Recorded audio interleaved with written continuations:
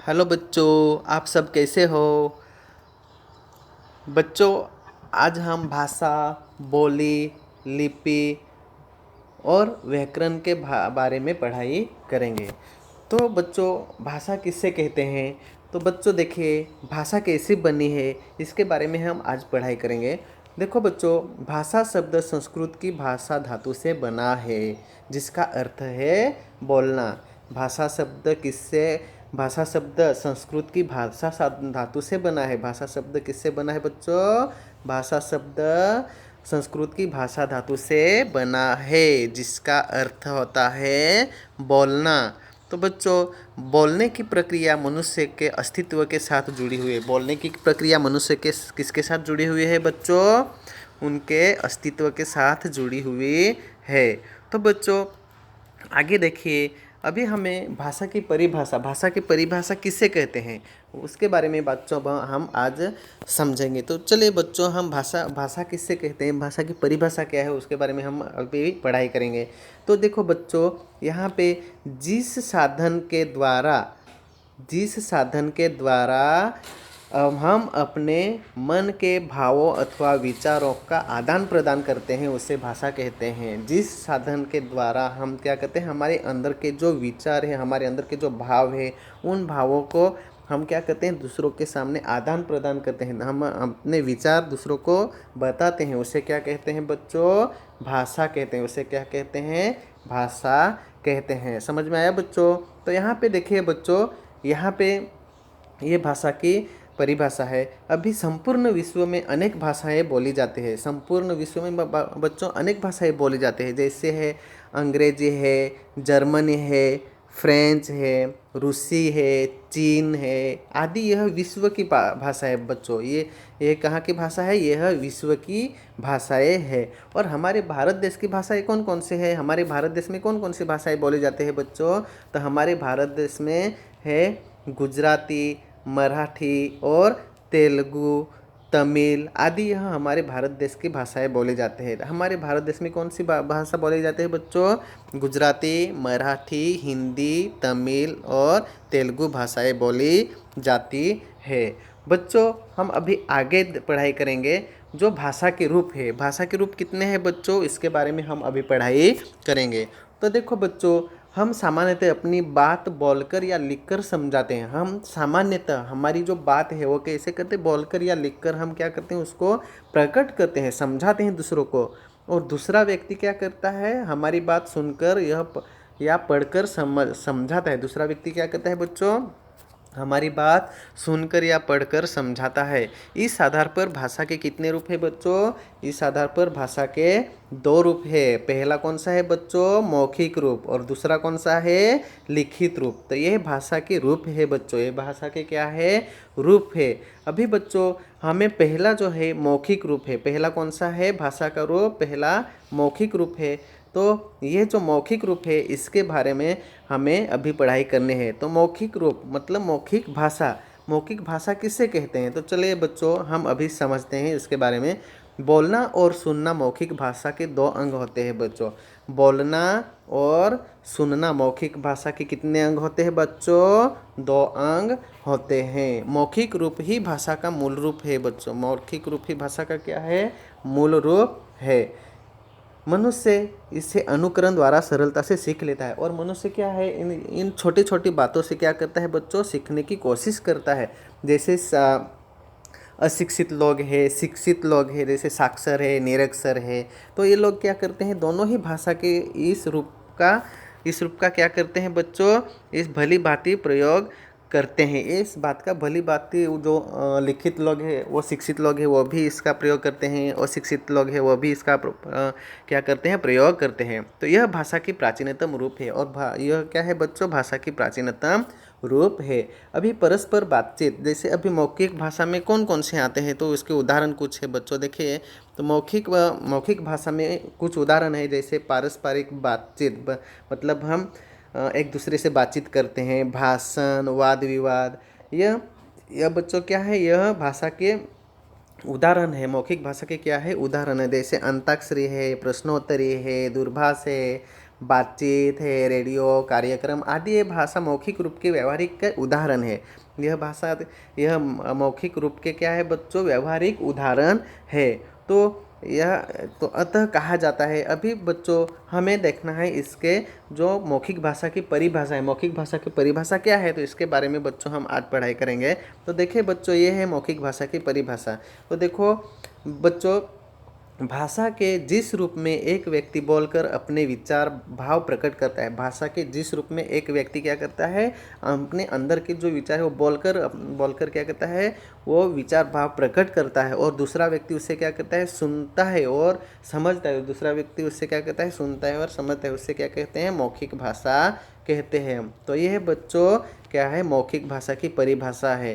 जैसे भाषा के जिस रूप में एक व्यक्ति बोलकर अपने विचार भाव प्रकट करता है, उसे क्या कहते हैं, दूसरा व्यक्ति सुनकर उन्हें समझाता है, उसे क्या कहते हैं, मौखिक भाषा कहते हैं। बच्चों ये समझ में आया आपको? अभी हम बच्चों आगे देखेंगे। चलिए बच्चों, हम आगे अभी भाषा के दूसरा रूप है कौन सा, लिखित रूप। भाषा का दूसरा रूप कौन सा है, लिखित रूप। पहला रूप कौन सा था बच्चों, मौखिक रूप था। अभी दूसरा है लिखित रूप। तो बच्चों यह है लिखित रूप। अभी बच्चों हमें लिखित रूप के बारे में समझना है। तो बच्चों देखिए, यहाँ पे लिखित रूप के 2 अंग होते हैं। बच्चों लिखित रूप के कितने अंग होते हैं, 2 अंग होते हैं। कौन कौन से, तो पढ़ना और लिखना, यह लिखित भाषा के 2 अंग होते हैं। पढ़ना और लिखना लिखित भाषा के 2 अंग होते हैं।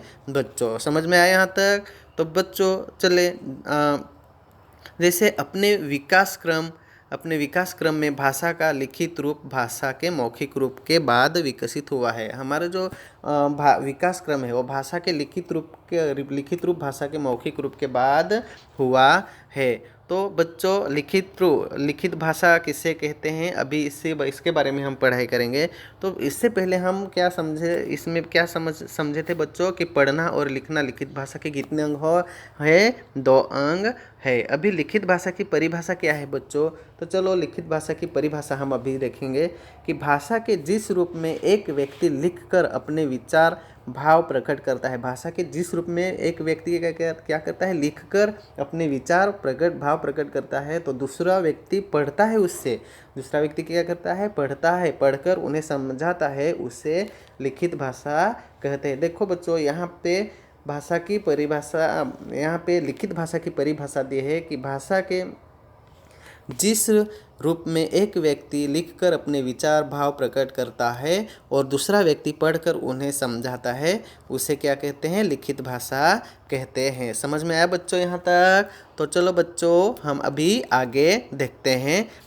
चलिए बच्चों, अभी हमें देखना है सांकेतिक भाषा। अभी कौन सा देखना है बच्चों, सांकेतिक भाषा। सांकेतिक भाषा मतलब क्या बच्चों, तो इशारों की भाषा, जो हम इशारों से बात करते हैं वो भाषा। तो देखिए बच्चों, यहाँ पे सांकेतिक भाषा दे है।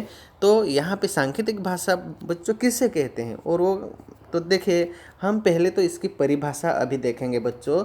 तो इसकी परिभाषा क्या है बच्चों सांकेतिक भाषा की, कि भाषा के जिस रूप में व्यक्ति संकेतों के आधार भाषा के जिस रूप में व्यक्ति संकेतों के द्वारा अपने भावों को प्रकट करता है, उसे क्या कहते हैं, अन्य व्यक्ति उन संकेतों को समझता है और भाव ग्रहण करते हैं, उसे क्या कहते हैं, सांकेतिक भाषा कहते हैं। भाषा के जिस रूप में व्यक्ति संकेतों द्वारा मतलब इशारों द्वारा भावों को प्रकट करता है, इशारों द्वारा क्या कहता है, उन भावों को प्रकट करता है, तो और दूसरा व्यक्ति उन संकेतों को समझकर भाव ग्रहण करता है, उसे क्या कहते हैं बच्चों, उसे कहते हैं सांकेतिक भाषा। बच्चों यहाँ पे समझ में आया? अभी यहाँ पे क्या कहते हैं, भाषा के जिस रूप में व्यक्ति संकेतों द्वारा अपने भावों को प्रकट करता है और अन्य व्यक्ति उन संकेतों को समझकर भाव ग्रहण करते हैं, उन्हें क्या कहते हैं, सांकेतिक भाषा कहते हैं। अभी बच्चों हमें आगे देखना है, आगे क्या है, मातृभाषा। आगे क्या है बच्चों, मातृभाषा। तो हमें मातृभाषा, यहाँ पे देखो बच्चों, यहाँ पे ये है मातृभाषा दे है। तो मातृभाषा मातृभाषा किससे कहते हैं? तो बच्चों देखिए, मातृभाषा किससे कहते हैं कि घर परिवार में माता पिता के साथ बोलकर सीखी जाने वाली भाषा मातृभाषा कहते हैं।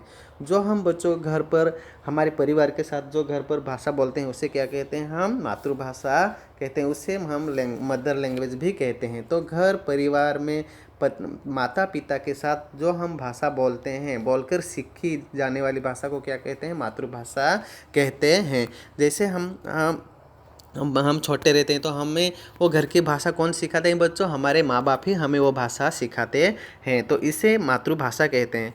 तो विभिन्न परिवारों में भिन्न भिन्न भाषाएं बोली जाती है बच्चों। विभिन्न परिवार है, एक जैसा परिवार सबका नहीं है। तो विभिन्न परिवार में भिन्न भिन्न भाषाएं बोली जाते हैं। बच्चा जिस परिवार में पलता बढ़ता है वहाँ बोली जाने वाली भाषा वह अपने आप धीरे धीरे सीख जाता है। अभी जैसे बच्चे ने वो जिस परिवार में वो जन्म लेता है तो उसी परिवार की वो भाषा वह बच्चा धीरे धीरे सीखना शुरुआत करता है। एक सिख परिवार का बच्चा पंजाबी बोलने लगता है और गुजराती परिवार का बच्चा गुजराती, ये उनकी मातृभाषा है। जैसे एक सिख परिवार का बच्चा है, एक पंजाबी सिख परिवार का बच्चा है, वो कौन सी भाषा बोलते हैं बच्चों? कौन सी भाषा? सिख परिवार का बच्चा कौन सी भाषा बोलते हैं? पंजाबी भाषा। कौन सी भाषा? पंजाबी भाषा। और बच्चों दूसरा जो है गुजराती परिवार का बच्चा है, वो कौन सी भाषा बोलेगा? वो गुजराती ही भाषा बोलेगा। तो कौन सी भाषा बोलेगा? गुजराती भाषा ही बोलेंगे। तो उनकी मातृभाषा, ये उनकी क्या है बच्चों? मातृभाषाएं है। इससे व्यक्ति अनुकरण द्वारा स्वयं सीख लेता है और इस प्रकार जैसे इससे वो व्यक्ति स्वयं सीख लेता है, वो क्या खुद सीख लेता है। तो यह है बच्चों मातृभाषा के बारे में। अभी बच्चों हमें आगे देखना है राजभाषा। अभी क्या देखना है बच्चों? हमें राजभाषा। राजभाषा किससे कहते हैं? तो देखो बच्चों, यह है राजभाषा। तो राजभाषा के बारे में हम अभी सीखेंगे बच्चों। तो चलिए बच्चों, हम अभी राजभाषा के बारे में देखते हैं। किसी भी देश के राजकाज शासन के लिए स्वीकृत भाषा राजभाषा कहलाती है। अभी बच्चों राजभाषा किससे कहते हैं? तो देखिए बच्चों, किसी भी देश के राजकाज शासन के लिए स्वीकृत भाषा राजभाषा कहलाती है। देखो बच्चों, यहाँ पे दिए हुए है कि किसी भी देश के राजकाज शासन के लिए स्वीकृत भाषा राजभाषा कहलाती है। तो इससे क्या कहते हैं बच्चों? राजभाषा कहलाती है। तो अभी बच्चों राजभाषा हमारी जो भारत देश की हिंदी भाषा है उसका उन भाषा का स्वीकार कब किया गया? तो देखिए बच्चों, 14 सितंबर 1949 को भारत की संविधान सभा ने हिंदी को भारत की राजभाषा के रूप में स्वीकार किया। अभी देखो बच्चों, हमारी जो भारत देश की हिंदी भाषा है उस भाषा को राजभाषा के रूप में कब स्वीकार किया गया? तो यहाँ पे बच्चों दिया है 14 सितंबर 1949 को भारत की संविधान सभा ने हिंदी को भारत की राजभाषा के रूप में स्वीकार किया। यहाँ पे देखो बच्चों, यहाँ पे दिया हुआ है कि 14 सितंबर 1949 को भारत की संविधान सभा ने हिंदी को भारत की राजभाषा के रूप में स्वीकार किया। यह भाषा बच्चों यह हमें खास कर याद रखना है, क्योंकि ऐसे बच्चों प्रश्न जनरल नॉलेज में खास करके पूछे जाते हैं, जो जीके है उसमें भी पूछे जाते हैं। तो ये हमें याद करना है। हमारे जो भारत देश में जो हिस्ट्री है उसके बारे में भी हमें बहुत सारा याद रखना पड़ता है।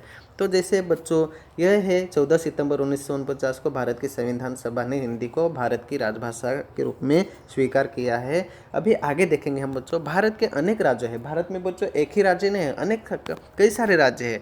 उसमें जैसे कि राज्य है जैसे हैं उत्तर प्रदेश है, उत्तराखंड है, बिहार है, झारखंड है, मध्य प्रदेश है, छत्तीसगढ़ है, राजस्थान है, हिमाचल प्रदेश।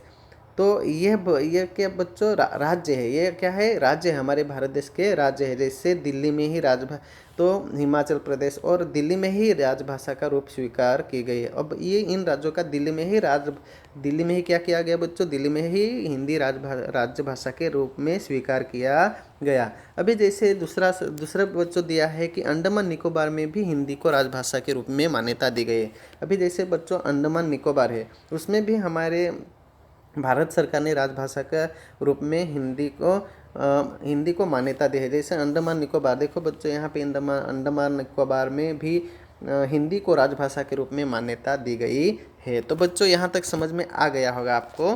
तो आगे देखिए बच्चों, अभी हम मान्यता प्राप्त भारतीय भाषा है, अभी हमारे भारत देश में मान्यता प्राप्त भारतीय भाषा कौन कौन से भाषाओं को हमारे भारत देश में मान्यता दी गई है उसके बारे में हमने समझना है। तो देखो बच्चों, यहाँ पे है मान्यता प्राप्त भारतीय भाषाएं। अभी यहाँ पे जैसे यहाँ पे भारतीय संविधान में 22 भारतीय भाषाओं का मान्यता प्रदान की गई है। भारतीय संविधान में कितने भाषाओं को बच्चों मान्यता प्रदान की गई है? 22 भाषा। कितने? 22 भारतीय भाषाओं को मान्यता प्रदान की गई है। असमिया, बंगला, कौन कौन से, अभी इसमें कौन कौन सी भाषा है बच्चों? तो देखिए, असमिया, बांग्ला, बोडो, डोगरी, गुजराती, हिंदी, कन्नड़, कश्मीरी, कोंकणी, मैथिली, मलयालम, मणिपुरी, मराठी, नेपाली, उड़िया, पंजाबी, संस्कृत, संथाली, सिंधी, तमिल, तेलुगु, उर्दू आदि। यह बच्चों हमारे इतनी भाषाएं हैं। यह क्या है? हमारे भारत देश में मान्यता दी गई इतनी ये भाषाएं हमारे हैं। तो ये बच्चों सब ये क्या है? भाषाएं हैं। समझ में आया बच्चों? तो यहाँ से यहाँ तक हम अभी समझे होंगे। अभी हम आगे देखेंगे लिपि। अभी हम किसके बारे में समझना है बच्चों? हमें लिपि के बारे में समझना है। तो चलिए बच्चों, देखते हैं हम। ज्ञान, विचार और भावों की स्थिर और स्थायी रूप प्रदान करने के लिए लिपि का उद्भव हुआ है। लिपि का बच्चों, अभी जैसे हमें पूछेंगे कि लिपि का उद्भव क्यों हुआ है, तो हमें क्या उत्तर देना है उसका? ज्ञान, विचार और क्या उसका उत्तर देना चाहे बच्चों? ज्ञान, विचार और भाव की स्थिर और स्थायी रूप प्रदान करने की लिपि का उद्भव हुआ है। यह इसका बच्चों उत्तर है। अभी लिपि की परिभाषा क्या है बच्चों? लिपि की परिभाषा, लिपि किसे कहते हैं? तो देखिए बच्चों, ध्वनि को अंकित करने के लिए निश्चित किए गए चिन्हों को लिखने के ढंग को लिपि कहते हैं। बच्चों चलिए देखिए, यहाँ पे लिपि की परिभाषा दी है। लिपि किसे कहते हैं? तो ध्वनियों को अंकित करने के लिए निश्चित किए गए चिन्हों को लिखने के ढंग को क्या कहते हैं बच्चों? लिपि कहते हैं। समझ में आया बच्चों यहाँ तक? तो चलो बच्चों, हम अभी आगे देखते हैं। ध्वनि चिन्हों के स्वरूप का ज्ञान ही अक्षर ज्ञान है। बच्चों, अभी यहाँ पे पूछा गया कि ध्वनि चिन्हों का स्वरूप ज्ञान क्या है? तो अक्षर ज्ञान है। क्या है इसका अर्थ बच्चों? क्या उत्तर है? ध्वनि चिन्हों के स्वरूप का ज्ञान ही क्या है? अक्षर ज्ञान है। तो यह बच्चों लिपि के बारे में हम अब भी पढ़ाई करते हैं। जब हम किसी विषय में कहते हैं कि वह पढ़ा लिखा नहीं है, तो इसका मतलब होता है उसे अक्षर ज्ञान नहीं है। अभी जैसे कोई आदमी पढ़ा लिखा नहीं है, तो इसका मतलब क्या होता है बच्चों? कि वह कैसा आदमी है? वह कैसा आदमी है बच्चों? अक्षर ज्ञान। वो क्या है? इसका मतलब होता है कि वह अक्षर ज्ञान है, मतलब उसको क्या बच्चों? अक्षरों का ज्ञान नहीं है। उसे बोलना आता है पर लिखना नहीं आता है। अभी जो निरक्षर लोग हैं बच्चों, वो क्या करते हैं? वो क्या बोल तो सकते हैं, लेकिन वो पढ़ नहीं सकते हैं, लिख नहीं सकते हैं। तो उनको बच्चों बोलना तो आता है, लेकिन क्या करना नहीं आता है? लिखना नहीं आता है। पर लिखना नहीं आता है। प्रत्येक भाषा की एक लिपि होती है बच्चों। प्रत्येक भाषा की क्या होती है? एक लिपि होती है। हिंदी भाषा की भी देवनागरी लिपि है बच्चों। हिंदी भाषा की कौन सी लिपि है? देवनागरी लिपि है। हिंदी भाषा की देवनागरी लिपि है। इसका विकास ब्राह्मी लिपि से हुआ है। हिंदी भाषा का विकास कहाँ से हुआ बच्चों? ब्राह्मी लिपि से हुआ है। इसका विकास बच्चों ब्राह्मी लिपि से हुआ है। इसी से गुजराती और बांग्ला भाषा की लिपियों का भी विकास हुआ है। और इसी से कौन से भाषाओं का विकास हुआ है बच्चों? गुजराती और बांग्ला। कौन से? इसी से गुजराती और बांग्ला भाषा के भी विकास हुआ है। तो बच्चों, यहाँ तक लिपि के बारे में अभी समझ में आ गया होगा। अभी हम आगे देखते हैं। कुछ प्रमुख भाषाओं की लिपियों इस प्रकार है। कुछ प्रमुख भाषाओं की लिपि इस प्रकार है। जैसे देखो बच्चों, यहाँ पे लिपि भाषा दी है, लिपि दी है। तो यहाँ पे पहले में दिया है भाषा में क्या कौन कौन से दिए है? भाषा में संस्कृत और अंग्रेजी दिए है। उसकी लिपि क्या है? संस्कृत की लिपि क्या है बच्चों? संस्कृत की लिपि है देवनागरी। ये संस्कृत भाषा है और इसकी लिपि क्या है बच्चों? देवनागरी है। दूसरी है अंग्रेजी भाषा है। अंग्रेजी भाषा की लिपि क्या है बच्चों? रोमन। अंग्रेजी भाषा की लिपि क्या है? रोमन। दूसरा है बच्चों भाषा, भाषा में उर्दू भाषा है। उर्दू भाषा की लिपि कौन सी है बच्चों? फारसी। कौन सी है? फारसी। और नेपाली भाषा है। नेपाली भाषा की लिपि कौन सी है बच्चों? देवनागरी। कौन सी लिपि है? देवनागरी। और मराठी भाषा जो है बच्चों, मराठी भाषा है। मराठी भाषा की देवनागरी लिपि है। कौन सी बच्चों लिपि है? देवनागरी लिपि है। और पंजाबी भाषा है। पंजाबी भाषा की लिपि कौन सी है बच्चों? गुरुमुखी। तो ये है बच्चों क्या है? ये लिपियाँ है। क्या है? भाषाओं की लिपियाँ। ये इतने सारे बच्चों क्या है? ये भाषाओं की लिपियाँ है। समझ में आया बच्चों? तो हम बच्चों अभी आगे देखते हैं भाषा और साहित्य। किसके बारे में बच्चों हमें अभी देखना है? भाषा और साहित्य के बारे में देखना है, समझना है। तो चलो बच्चों हम अभी भाषा और साहित्य के बारे में पढ़ाई करेंगे। लिपि के विकास के साथ मनुष्य ने अपने भावों और विचारों को लिखित रूप में संजो कर रखा, आरंभ कर दिया। अभी बच्चों देखो यहाँ पे भाषा और साहित्य। साहित्य मतलब जो हम चीज़ें संभाल कर रखते हैं उसे क्या कहते हैं? साहित्य कहते हैं। क्या कहते हैं? साहित्य। अभी जैसे बच्चों हम क्या करते हैं, वो जो लिखते हैं और वो हम बुक में लिखते हैं या कंप्यूटर में टाइप करके लिखते हैं, फाइल बना के उससे सेव हम करके रखते हैं, तो वो हम संभाल कर रखते हैं। कभी भी हमें क्या करता है बच्चों, उसका काम आता है तो हम क्या करते हैं, वो फिर से वो फाइल ओपन करके हम उसमें से पढ़ सकते हैं। तो इसे क्या कहते हैं बच्चों? साहित्य कहते हैं। क्या कहते हैं? साहित्य कहते हैं। तो लिपि के विकास के साथ मनुष्य ने अपने भावों और विचारों को लिखित रूप में संजोग कर रख आरंभ कर दिया। संजोग मतलब क्या बच्चों? तो संभाल कर रखना। संजोग मतलब क्या बच्चों? संभाल कर रखना। कोई भी चीज़ हमें, जैसे कि हमारे घर में कोई भी चीज़ है तो हम क्या करते हैं बच्चों? उन्हें संभाल कर रखते हैं। और जब भी काम आता है उन चीज़ों का तो हम वो चीज़ें क्या करते हैं बच्चों? वो चीज़ें निकाल कर हम उससे फिर से उस चीज़ों का उपयोग करते हैं, तो जिससे आने वाली पीढ़ियाँ उन विचारों अथवा ज्ञान से परिचित हो सके। यही संचित ज्ञान साहित्य है। और बच्चों यही क्या है? संचित ज्ञान। संचित ज्ञान क्या है? साहित्य है। अभी बच्चों हमें ज्ञान राशि के संचित कोष का नाम साहित्य है। ज्ञान राशि के संचित कोष का नाम क्या है बच्चों? साहित्य है। ये बच्चों है ज्ञान राशि के साहित्य। ज्ञान राशि के संचित कोष का नाम क्या है बच्चों? साहित्य है। अभी अर्थात ज्ञान के लोक कल्याणकारी लिखित कोष को साहित्य कहते हैं। अभी जैसे कि साहित्य किससे कहते हैं, तो हम क्या कहते हैं? साहित्य किससे कहते हैं बच्चों? तो अर्थात ज्ञान के लोक कल्याणकारी लिखित कोष को हम क्या कहते हैं? साहित्य कहते हैं। बच्चों समझ में आया यहाँ पे?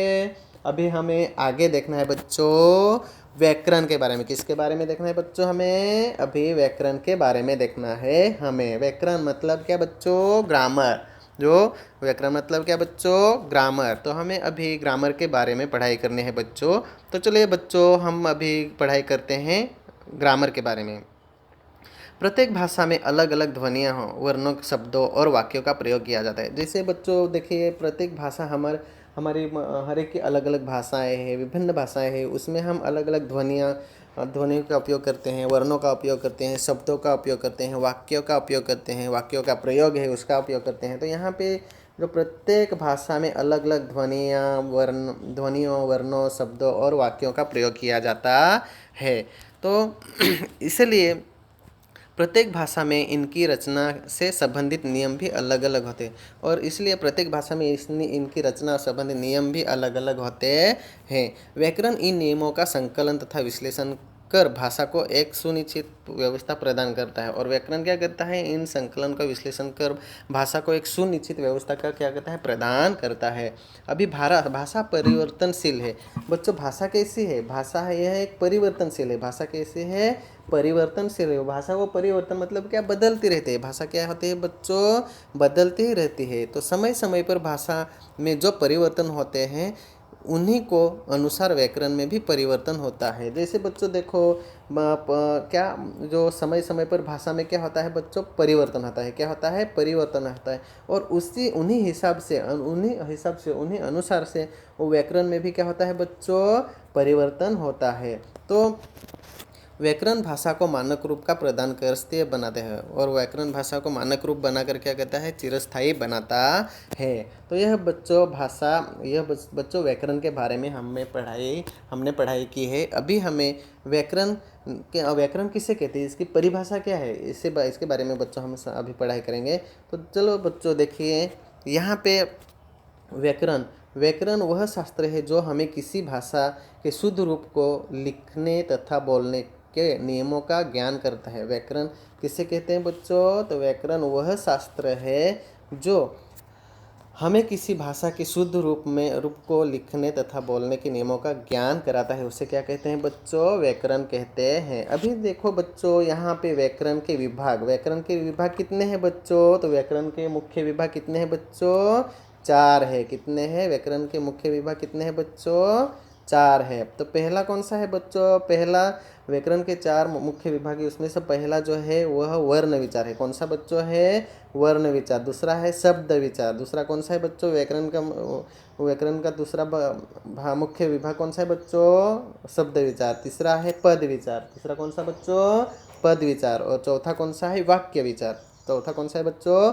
वाक्य विचार। अभी बच्चों हमें वर्ण विचार है। वर्ण विचार में कौन कौन से शब्द आता है, तो जैसे कि वर्णों उच्चारण शब्द बनाने संबंधित, यह है वर्णों उच्चारण शब्द बनाने की संबंधिता, यह है। उसके बाद शब्द विचार है, शब्दों के भेद, उत्पत्ति, रचना और रूपांतर से संबंधित है, ये शब्द विचार है। और पद विचार है, पद विचार में कौन कौन से आते हैं बच्चों, देखो तो कारक एवं प्रत्यय से युक्त शब्द रचना, पद भेद, रूपांतर और प्रयोग से संबंधित है। यह बच्चों क्या है, यह पद विचार है। और आगे देखो बच्चों, वाक्य विचार में क्या है बच्चों, वाक्य के रूप, स्वरूप, प्रकार, विश्लेषण, संश्लेषण तथा रचना आदि से संबंधित है। यह किससे संबंधित है, वाक्य विचार से संबंधित है। किससे बच्चों संबंधित है, वाक्य विचार से संबंधित है। तो बच्चों आप सभी को यहाँ पे अभी समझ में आ ही गया होगा। अभी यहाँ पे बच्चों देखिए, भाषा किससे कहते हैं बच्चों, तो भाषा किससे कहते हैं, तो यहाँ पे दिया है कि विचारों के आदान प्रदान करने के साधन को क्या कहते हैं, भाषा कहते हैं। यहाँ पे देखिए बच्चों, यहाँ पे दिया है भाषा विचारों के आदान प्रदान करने का साधन उसे क्या कहते हैं, भाषा कहते हैं। अभी भाषा के मुख्य रूप कितने हैं बच्चों, तो भाषा के मुख्य रूप कितने हैं, भाषा के मुख्य रूप 2 है। पहला है बच्चों कौन सा, मौखिक और लिखित। पहला कौन सा है, मौखिक और लिखित। अभी देखो, भाषा का एक रूप सांकेतिक भाषा भी है। भाषा का एक रूप कौन सा है, भाषा का एक रूप है सांकेतिक भाषा भी है। और किंतु व्याकरण के अंतर्गत इसका अध्ययन नहीं किया जाता है, और व्याकरण के अंतर्गत इस भाषा का अध्ययन नहीं किया जाता है। अभी जैसे हमारे भारत देश में जो हिंदी भाषा बोले जाते हैं, हिंदी भाषा को हमारे भारत देश में कब मान्यता दी गई उसके बारे में, तो बच्चों हमारे भारत देश में हिंदी भाषा को मान्यता कब दी गई, तो यहाँ पे दिया हुआ है 14 सितंबर 1949 को हिंदी को भारत की राजभाषा घोषित किया गया है। भारत को राजभाषा का घोषित कब किया गया बच्चों, तो 14 सितंबर 1949 को हिंदी को भारत की राजभाषा घोषित किया गया। यहाँ तक समझ में आया बच्चों। तो अभी चलो बच्चों हम आगे देखते हैं। अभी लिपि किससे कहते हैं बच्चों, तो लिपि किससे कहते हैं, तो देखिए बच्चों, ध्वनियों के लेखन के लिए निश्चित किए गए चिन्हों के स्वरूप को क्या कहते हैं बच्चों, लिपि कहते हैं। तो यह लिपि किससे कहते हैं, इसके बारे में बच्चों है। अभी हमें आगे देखना है बच्चों कि भाषा के नियम का ज्ञान कराने वाला शास्त्र व्याकरण कहलाता है। अभी जब बच्चों व्याकरण किसे कहते हैं, तो देखिए बच्चों व्याकरण किसे कहते हैं कि भाषा के नियमों का ज्ञान कराने वाले शास्त्र को क्या कहते हैं, व्याकरण कहते हैं। तो बच्चों यहाँ तक समझ में आया आप सभी को। तो बच्चों अगर समझ में नहीं आया तो आप फिर से यह वीडियो एक बार फिर से देख सकते हो और समझने की कोशिश करो बच्चों। और अगर बच्चों समझ में नहीं आया तो आप कॉल कर सकते हो और पूछ सकते हो अपने सब्जेक्ट टीचर से। धन्यवाद बच्चों।